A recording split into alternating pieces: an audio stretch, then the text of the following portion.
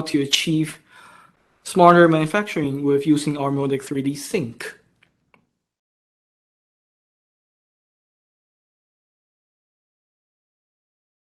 In this presentation, I'm going to introduce the general industrial design process, the CAD, CAE, and CAM, and what roles they play in the industrial design and what are the challenges here.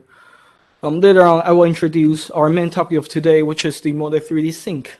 What are the features and benefits of using it, along with the CAD design verification, supported version, and at the end, a demo for a pre-process and a case study. And let's begin with the industrial design process. As you can see in the presentation, a typical product life cycle, you always start with the design needs, definition, and specification. Then the product designer needs to collect relevant design information and to see whether the design is feasible or not to make. After you want to conceptualize and do a design modeling, then with the simulation, the designer will be able to evaluate the design to check if the product is feasible to actually be made.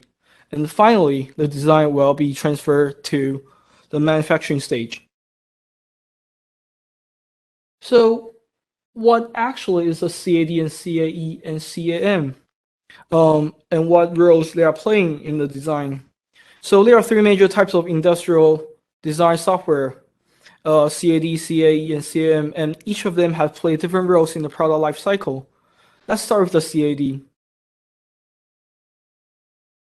or we call the CAD normally. CAD stands for computer-aided design. The CAD software was used for designing structures such as geometric design or components definition and material design. And next will be a CAE. The CAE stands for computer-aided design, computer-aided engineering. The CAE software was used for simulation, include material and engineering parts. It helps the CAE engineer to kind of like predict the behavior of the resultant product with a certain process and material setting, just like our Moldex3D Studio. And last but not least, the CAM. The CAM stands for computer-aided manufacturing.